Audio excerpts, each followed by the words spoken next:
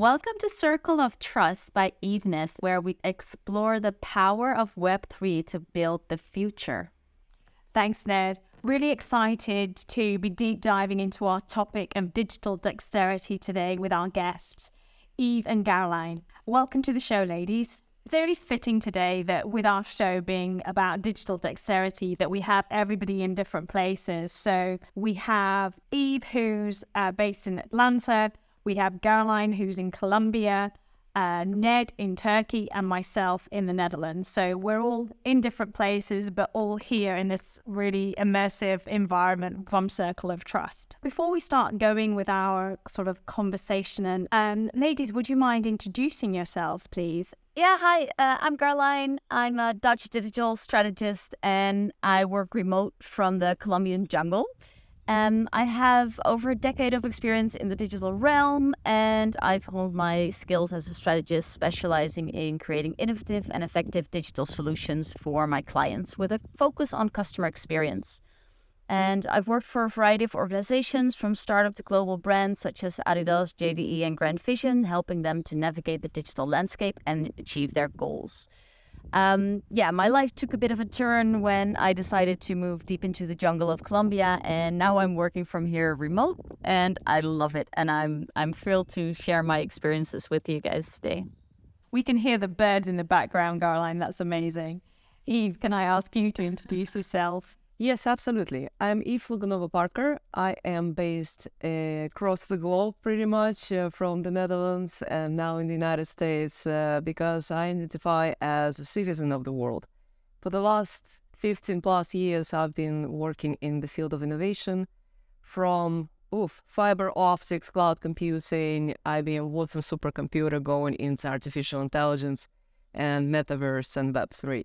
So that's been a long journey forward, and I am super excited to see the progress and the impact on humanity. We're there to prevent all the risks and threats, but we're also there to make our lives better with the power of technology. So thank you for having me here. Ready to rock and roll. Nice. Thank you, Heena, Eve, and Garlyn. It's great to have you today here with us. And for just kicking off things, Eve, please, can you just give us a definition on digital dexterity? What does the term mean? Well, digital dexterity refers to the ability of employees and leaders to innovate, to be flexible in terms of using new technology, new digital tools, to be open to innovation, and to experiment with new technology in leading the change. So that leads to producing new results for the company and refers to frontier technology. Thanks for that explanation, Eve.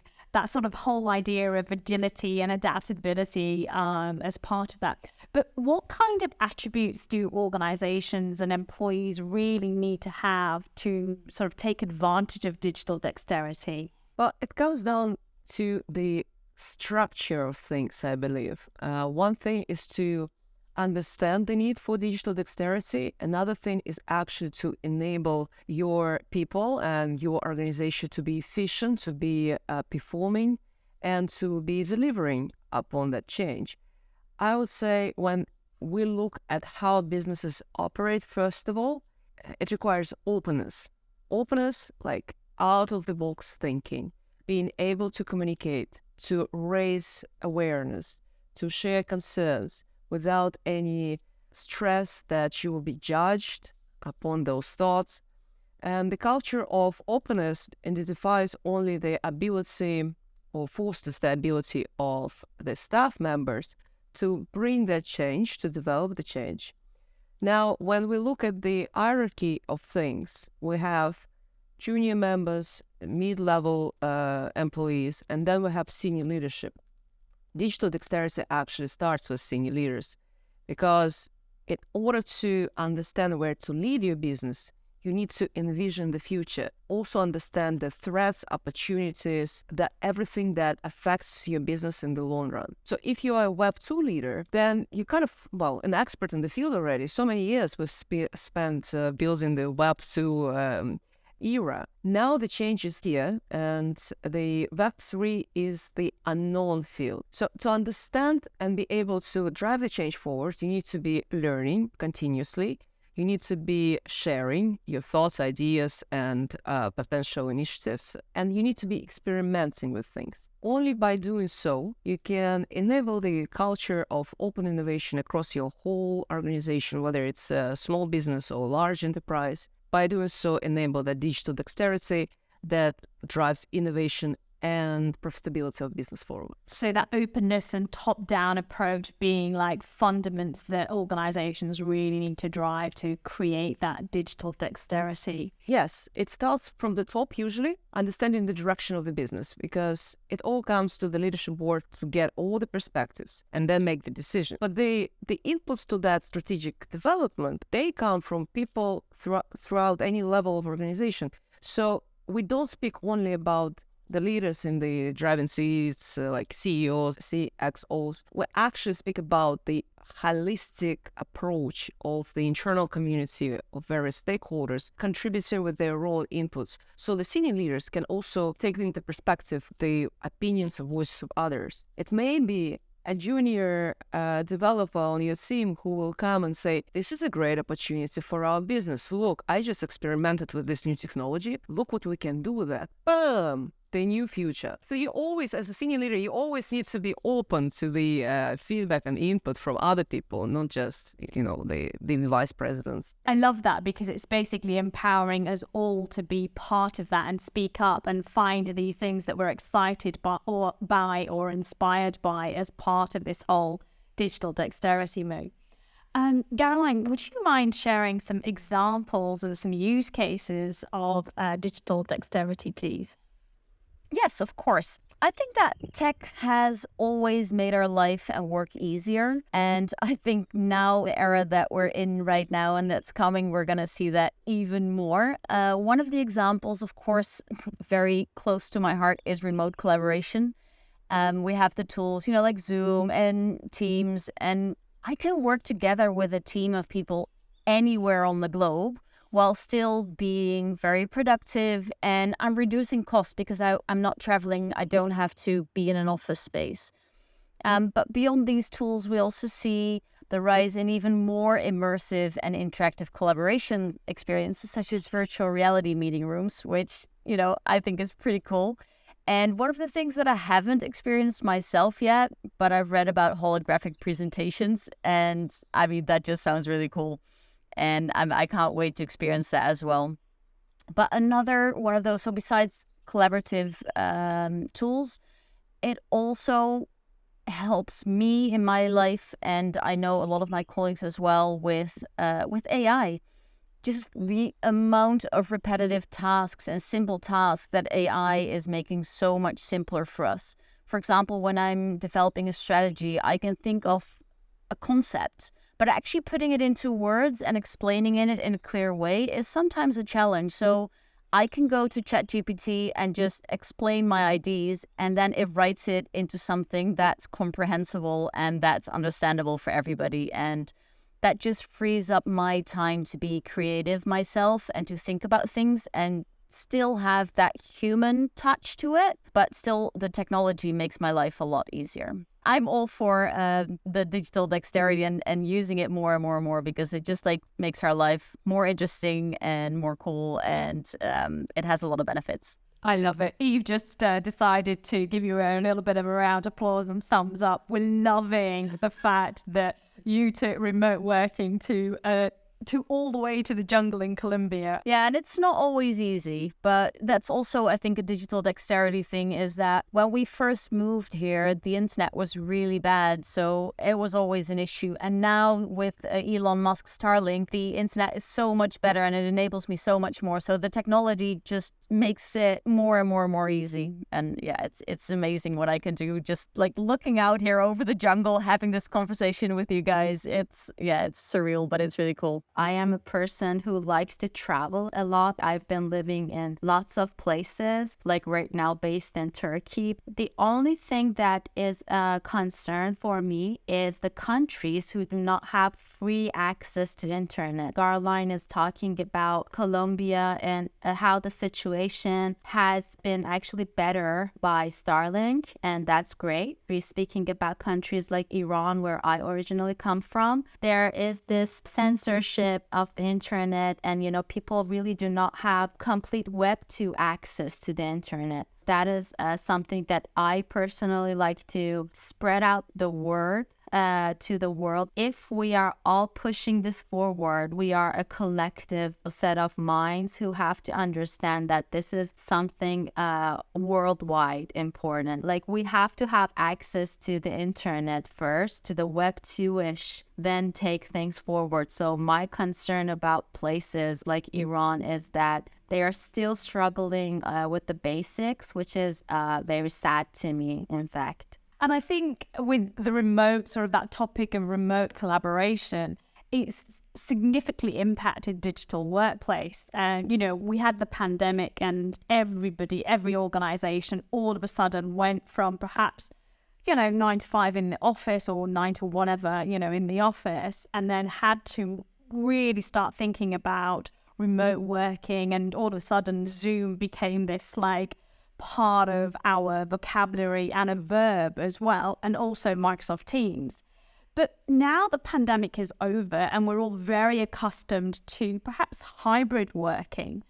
What's next, Eve? What's beyond Zoom and sort of Microsoft Teams as collaboration tools? Well, it depends how open you are to actually experiencing the next thing. Because some people think that the next big thing is Zoom bringing in avatars into the Zoom interface. We're still looking at the screen and still it's flat, no interaction. As avatar, your face is not seen, so you can easily sleep on the background. It's okay. I mean, that's pretty interactive with avatars. But what I envision as the next big thing, and I try to look into the future as 10 years from now at least, because we have technology. We have all the capabilities in the world. Yes, it's maybe not so stable yet and performing, and there is a lot of flagging. If you are getting into Metaverse on your old phone, that's probably complicated. But we are right now in such an exciting world where you can imagine the greatness of tech serving businesses and people to become better and more, growing faster and becoming more profitable. I'm referring right now to artificial intelligence as the key area of change. In combination, in my understanding, the next big thing is artificial intelligence combined with Metaverse and Web3 functionalities and for the decentralized economy. That sounds very huge, I would say, but let me simplify. I am very fascinated with Metaverse for the sake of, it's not the plug and play kind of, gamified experience for me that attracts me, or running around collecting tokens and airdrop, NFTs. What actually fascinates me is that you can bring people from across the globe, Garlyn from Colombia, Heena from the Netherlands, Ned from Turkey, and every other distant location together, with the opportunity for us humans to meet each other, bump into each other by passing by that, virtual exhibition in that Metaverse gallery, and meet some new people, establish connections, talk about cultures, talk about dynamics in the world. We as humans actually do not have it in the physical world. Yes, you can meet people from your local market, from your city, from your village by going into the gallery with physical art. But that limits you. Once you are in Metaverse, people come from across the globe and you can easily bump into them. And that also supports the aspect of reducing CO2 emissions towards net zero. So you don't have to fly over. You can conduct your business as usual from the premises of your home. Do fly whenever you want to go on vacation or stay in that place that Garlyn is building in Colombia. Not sponsored by Garlyn and Colombian hostel, but yeah. Highly recommend to explore opportunities for your self-regeneration of the energy and not waste your time on traveling for business, because you don't need to. And you can meet other employees. Now, the power of technology, as I see it, when you put AI, Metaverse, and Web3 together, is creating that platform that comes as a tool to bring people together. It's a virtual space where you, as I explained, can bump into each other, can sprint with each other, can innovate with each other, share things, learn from each other. It's an ecosystem on its own, and it's a community, people that you know, and you can always access, because then data, AI, visualization comes in place. You have your dashboards, you have your special favorite places. AI gives you guidance if applied correctly. It's not only for enabling your avatar to do the moves, but it also can be used for more efficient learning, personalization of content. Let's say gamified experiences that involves you into not only jumping and dancing and getting tokens for that, but actually innovating, testing, experimenting, collaborating, building your tribe. With AI, you can see all the dynamics. You can generate reports. You can have recommendations for, if I'm a person interested in gardening and studying agriculture, I don't know which communities I may join maybe, or events to attend. And AI can centralize it for you in a decentralized way. So recommending you, okay, you like agriculture, agri-tech. Here are the communities you should be part of, you would love to be part of. Here are the experts to meet with, coaches to book an hour with, some events, opportunities. And then it maps the whole journey for you. And you don't need to waste the time just sitting there wasting precious moments that you could spend with your family. It just, makes it super efficient. GPT as a technology is not a rocket science anymore. Most of us got the experience with ChatGPT. The first moment it produced some text, every person went, whoa. So I want to see that GPT not just doing tasks for us, with automation is great, but also inspiring us to become better, to learn from the scripts. I love writing in style of someone else. Hemingway or Barack Obama or Steve Jobs also inspires me to learn English better, because I am not originally from America or the UK. So for me, it's not my native language. Still would like to improve it. I have an accent, so with GPT, I also can train myself better in these applications. It's the amazing big wide open, because now it's all there, accessible, and you can create this next amazing solution.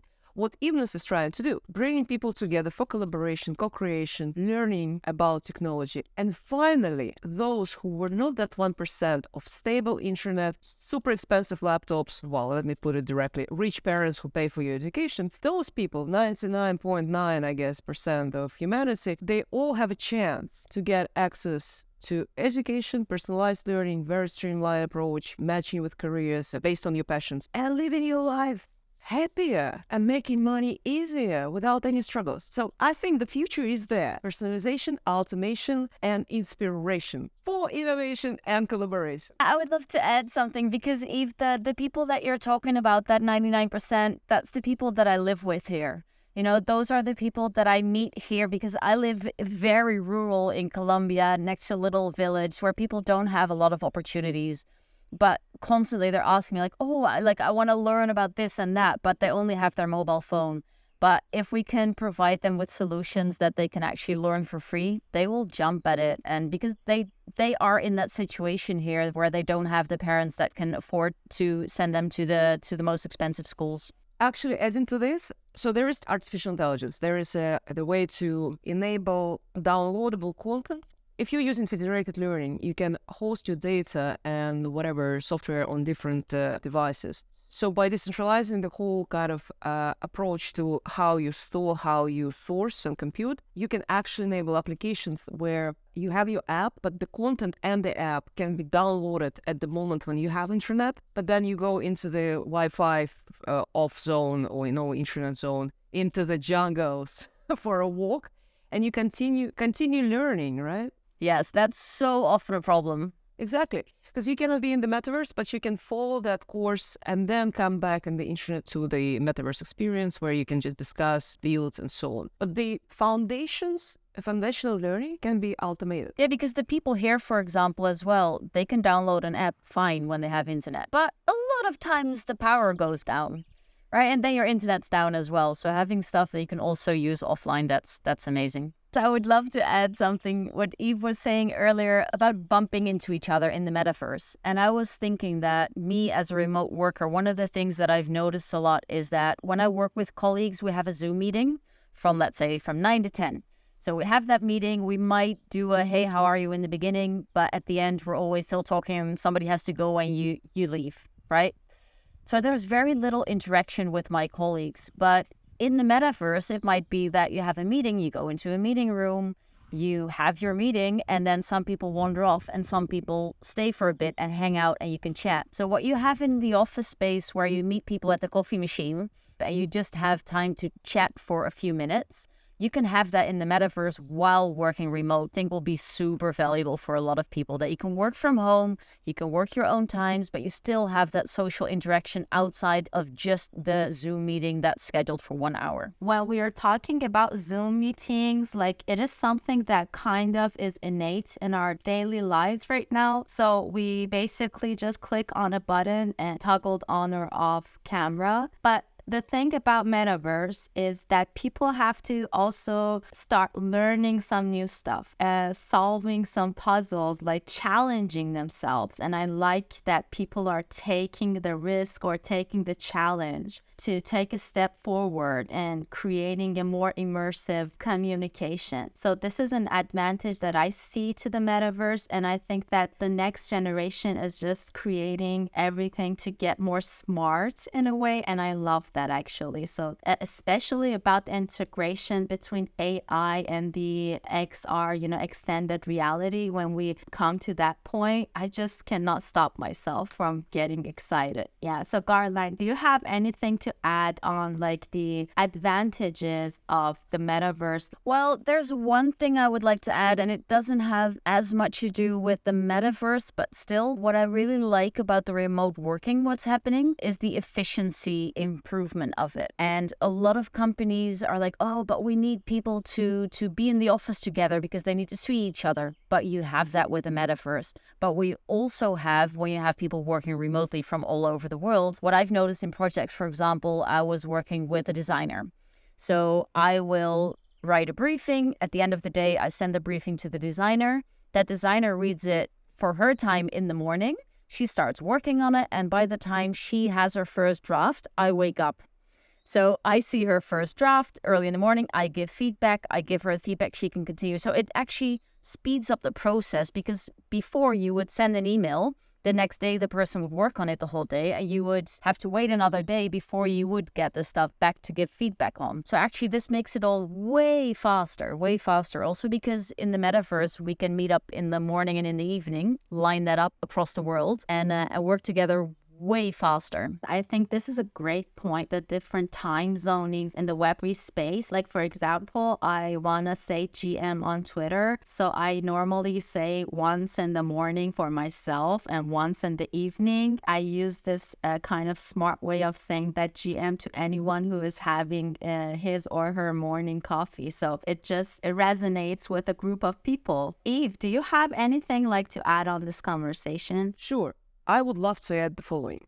The pandemic has shown to us that we can actually combine personal and professional lives. This is the way forward, because I believe people are at their happiest when they can be with the families, but at the same time fulfill their dreams, become better at what they want to do, at what they do. And it's only possible now. It wasn't really possible, but the pandemic showed us the ways that you can work from home and be efficient and actually save time in commuting. The hybrid working environment, it's when you want to come to the office to actually meet with people.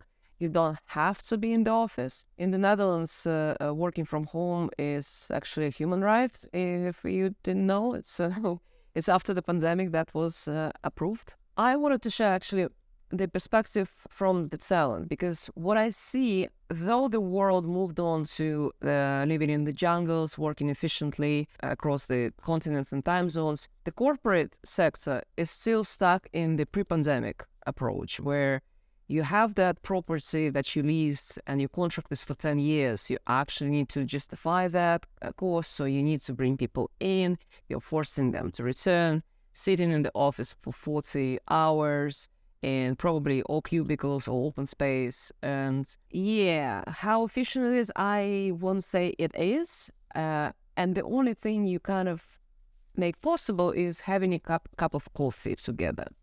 which is fine. But you can also share a virtual cup of coffee and then turn your laptop and get the actual cup of coffee with your brother, sister, mother, friends, and so on. I've been offered a job last year, vice president for anti-fraud AI solutions somewhere in Europe, not specifying the company. Everything went smooth. I have all the credentials. They needed my skills. I was excited about what they're building. Till the moment they told me that I need to be in that country 3 days a week at least in the office space. Mind you, it's not actually like if it's in Europe, I would be based in the Netherlands, and that was not the Netherlands. So that would still require me commuting or relocating. And then I just was, open to ask, why do we need that? Establish the team spirit and that you meet with people and talk to them over a cup of coffee. So that cup of coffee, physical coffee, got me to say no to what they were searching for. And I said, I'm not doing this because this is not how I do things anymore. And you guys shouldn't be focusing on coffees in the office. You should work towards deliveries, efficient approach, and profitability of your business. I've noticed, though, that right after the pandemic, because during the pandemic, I was already living here, and I was like, hey, that's nice. Everybody's working from home. This means I can go back into my job as a digital strategist, because before it was always like, well, you need to know the company, you need to be internally, I was like, this is awesome. So I started working again as a digital strategist. And now, a little bit after the pandemic, I see that all the jobs are going back to that hybrid mode. And it's a shame. It was going really well during and just after the pandemic, but I feel now that a lot of the bigger companies are slowly trying to get back to what they were doing before. And I think it's a really good point, Garlyn. And I think people have actually voted with their feet in leaving those organizations and deciding that there is a different way and a better way to work. And we'll see more of that going forward, I think, as we have more and more generations in the workplace. Just to take a slightly different sort of question in what we've been discussing, with this whole sort of access that we have and, in most countries, the internet being available, and also, the fact that we can work at home sort of also brings that, potential for people to be working 24 hours, 7 days a week at any time kind of thing. So how do organizations, and maybe Garlyn, this might be a question for you, how do organizations really be more proactive about mental health and well-being and not, sort of creating an environment or a culture for burnout? yeah, that's I can speak from experience when it comes to the burnout thing. And I think when I was just it's a year ago already, my dog suddenly died, which is typically not something that you go to your boss and say, like, I need a few days off because my dog died, because it's not accepted. But I think it should be, because it was a huge impact on me. And I think everybody I've spoken to who also had a dog was like, oh my God, yes, it's so impactful. And I think if a company has a culture where you can just say stuff like that, where you feel safe speaking about stuff like that, you will feel also more, inclined to work hard for the company, because you have a heart for the company and the company has a heart for you, that it goes two ways instead of just the one way. Your story about the dog, I agree with you. People need time to mourn or to be sad, to cry their tears, but not in a public space, an office space. I had a similar experience. My grandfather passed away and I was working for that big company in the Netherlands. The vice president of that direction, who filled in the spot of my manager who was on vacation at that moment, gave me all the permissions to fly, to take my time off. When I came back, my manager who returned from vacation, not realizing that I actually had to deliver something during the funeral because the vice president said, we have a urgency, I'm so sorry, but could you please? So I was crying in parallel. I was working and I was not sleeping because I had to, be with my family and to support them. Now, when I came back, my manager was like, "Why are you so sad?" And I was trying to get home because I work my hours and said, "Today I'm cutting it at 2 o'clock. I'm going home because I'm getting my time off to more, to be with me." And then he said, "No, you can't do it. You have to stay till the end of the workday." He could have at least asked a question. Okay, well, maybe I missed something. Did you have any confirmations from other managers? Or where are you going? What was going on? Not a good leadership style. And then it put me in the situation when I sat there till the end of my workday. I didn't cry, but I put HR policies on my large screen, zoomed on every letter, and studied. And then I went to HR to talk about it. So therefore, do not underestimate the power of talent, especially the ones who are mourning the loss of their family members or dogs. Be human, be there, understand this is the human right to cry, but not in the office space. About the crying in the office, that's what I love. Also, what I just realized about the metaverse, because even when I'm sad about my dog, it doesn't mean that I can't work at all. For me, it means I don't want to be around people and I don't want to be in the office where everybody can see my red eyes, blah, blah. But I'm happy to be in a meeting with my avatar and, say some stuff that I can still contribute to it. So that's also an advantage, I think, of the metaverse, is that it doesn't matter how you feel or if you're having an off day, your hair is wrong and your clothing doesn't work, you can still be productive. Your examples were very much on mourning, but well-being is a lot broader topic, and people taking that time to, though we have the tools, remembering that the tools are there to help us take care of ourselves and not work all the hours and just work within, the realms of possibilities and things, and also take time for ourselves. And I think that's part of being digital, having this option to do digital dexterity while focusing on our well-being, that long commute, that time that we don't have to do all of those things, it really gives us time to look after ourselves, do the meditation and the yoga, whatever you fancy, or the art class, whatever it is. That's part of all of this as well. We are in the mental health week right now, so many communities in the Web3 space are raising awareness. Yeah, and it's a topic we're discussing these days as well, which I think is really important, because I think it's always been there, but it's always been hidden, or people felt embarrassed or ashamed to talk about these things, or, just carried on regardless and dealt with it as privately as possible, or not deal with it. So I think this ability, having that ability to talk about these things is really important. Great that you mentioned about the week of well-being and mental health. If you look at the HR trends report that I have on the screen shared right now, this is by the organization called AIHR, Academy to Innovate HR. They conducted a survey with many HR specialists. And what intrigued me in this list is that they start with focus on total well-being of employees, right? This is what HR, the leading HR trend is. But then if you look down, it's all about digital dexterity. Managing workforce ecosystems, you usually use tools for that. The evolving role of the CHRO, linked to the fourth point, HR enters the Metaverse. Fifth, redefining remote and hybrid work strategies. Then creating purpose-driven organizations. If you have remote workforce, then this is quite a challenging task. How do you enable purpose-driven, but also culture of belonging, culture of collaboration? Then you have inclusion across the employee life cycle, which is a very important one, I believe. Upskilling leaders and managers, we already talked about it, and that's what Circle of Trust does. The rise of algorithmic HR, that's where the power of AI kicks in. Increased investments in deskless workers, yay, from the jungles, yay! And reshaping workplace learning. What surprised me, though, is that the last points are actually the ones you want to start with. Reshaping workplace learning. Now we're talking about avatars.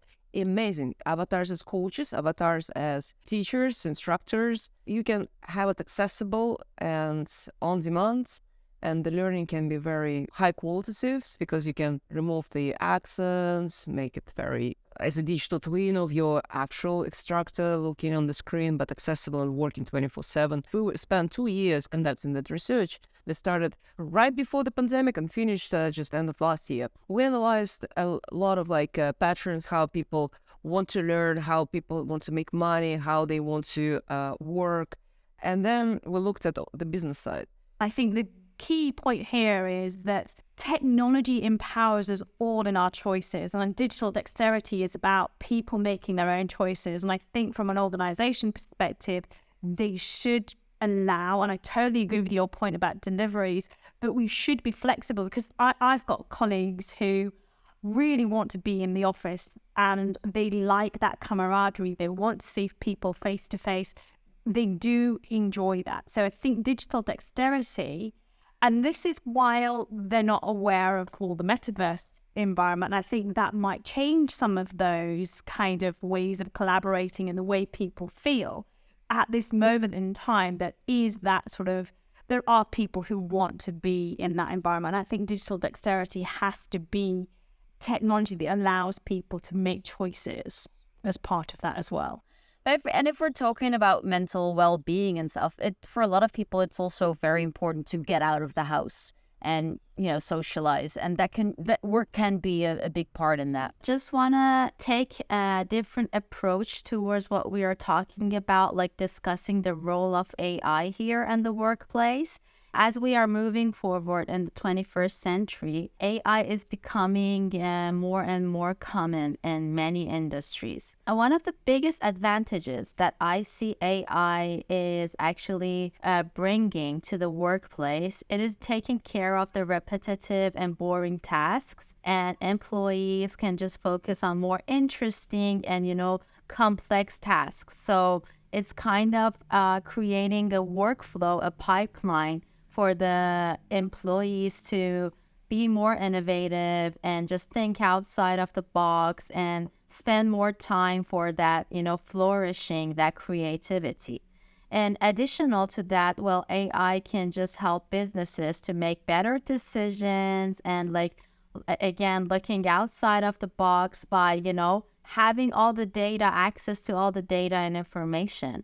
That is very useful for, the progress as they are building on. However, we need to have in mind that there is this factor of being responsible and the ethics. We are going to have this event on May 17th on responsible AI, Heena. So what does that mean? Just to say to your point, I think we're all loving all of this new technology with ChatGPT and those kind of things. But then the key point is we need to be aware where this data is coming from, how this data is actually being used, and the credibility of this data. So there have been instances, where people have seen that things have not been as truthful as we'd like to see. The sort of where that data has come from is not there as well, and that transparency. So we need to make sure from a AI perspective that the data is real and the data is truth. So there needs to be some facts and verification. So how we're taking this data and how we're using that, we need to be able to validate the source of that information as well, as you would in any kind of environment. If you only look down one, if you look at data today, like say for example, and you go down a stream of people who believe that the world is flat, for example, it is what you're seeing. So you need to validate and verify that the data that you're seeing is accurate. And there needs to be rules and regulations that actually start coming into play for this. I know from a European perspective, there's regulations that have been brought out about governance around ChatGPT. So what we're going to do on the 17th of May is we've got a broad panel. We've got Dr. Clara Antoine, we've got Dr. Ingrid, and we've got Jack of AI. So we've got 3 key speakers who are going to talk about the trends in AI. They're going to talk about some of the regulations. They're going to talk some of the ethics governing some of the AI principles. So we're going to have quite a few people really talking about, the genie is out of the bottle when it came to ChatGPT. And now it's about how can we use this responsibly? It's okay if we want a little bit of copy or something like that, or they want it to write an email. But what happens when we start using ChatGPT to look at legal requirements or medical requirements? You need to be able to validate the accuracy and the source of that information and whether the references are actually legitimate references and not made up references. Currently, ChatGPT and other tools like it, the part of the goal is to give you the data that you want to see. So I know those companies are also looking at how they can validate the data that's being produced. I totally agree with you. I cannot wait for May 17th to have that great Metaverse experience again with the team of Evenness.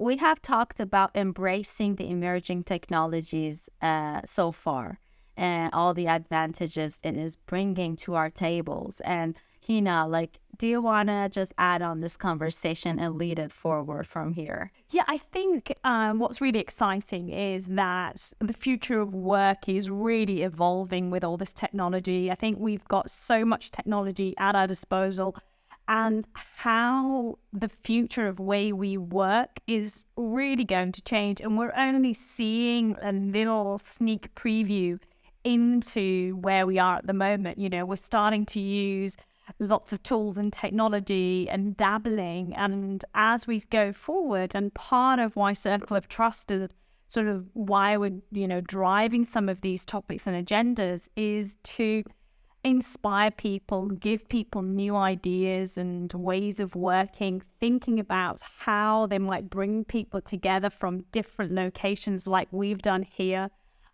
providing, a space and an environment where it can be creative and sort of allow people to kind of think a little bit outside the box, but still collaborate. So I think we'll see more people leveraging the metaverse, more AI tools with some governance around them, also as part of that. So I think there's lots of opportunities. Yes, with opportunities, there comes challenges in these things. And we need to make sure that we're kind of helping organizations think about the opportunities and the, giving them the inspiration, but also providing them with expertise and experts who have been playing around with technology, know about the ethics, know about the responsibilities and those kind of things, and allowing them to build frameworks and giving them access to people who know about these things. So I think workplace and all of these things, it's about emerging technology, and it's not about wait till it happens. It's about, okay, let's make some small steps towards, what are the steps I think people should be asking themselves? If we know this is happening, what are the steps that I as an individual should be taking, and what should I as an organization be taking to make myself future-proof and ready for, I think this explosion, which I find amazing, of technology. I think there's a lot of people also seeing what's happening and oh my God, what is this going to do for my job? So I think there will be some big changes coming soon. And I love also that Circle of Trust will help everybody in, staying ahead of that transition, because it's going so incredibly fast. There is that fear of, AI taking over jobs and things like that. But I think there's also that positive side of it where it would take away those things that are, a little bit boring and monotonous. It'll take away some of that, freeing employees to be more creative and bring more innovation and those kind of things to the table. So I think from a people perspective, it's okay, and things are not going to change overnight either. So people have got the option to grow some of their skill sets and, start developing some of those skills if they feel they're in a role that, will be significantly impacted by AI or other technology. It's sort of exponential how fast it's changing. So I do think that people, especially people in leadership positions, if they're running behind a little bit on digital stuff, this is the time to hop on the boat and get cracking because they need to stay on top of this, because otherwise you're just going to be lost. It goes incremental, but I do think it's going to go faster and faster and faster. If I see just in my own environment of people who are not that digitally savvy and they're already using ChatGPT for work, like, it's amazing. The adoption rate is going so incredibly fast. I'm loving it. People who have very little experience with technology, they can use AI because it's so user-friendly. So I think we're going to see a very, very rapid change in the coming year. I think we could have this conversation around this technology and the workplace and one of these things for a long time. But I think we should sort of start wrapping up our conversation. I'd like to remind people that we're doing a Circle of Trust podcast every 2 weeks, and we're bringing topics around emerging technology, AI. Ned, remind me, who do we have next week? We have Anne and Elchin on blockchain and smart contracts, which is a very, exciting topic for me personally. Indeed, I'm totally looking forward to that session. Eve, Garlyn, thank you so much for being amazing guests and really showing us different insights. We really enjoyed it. Thank you so much.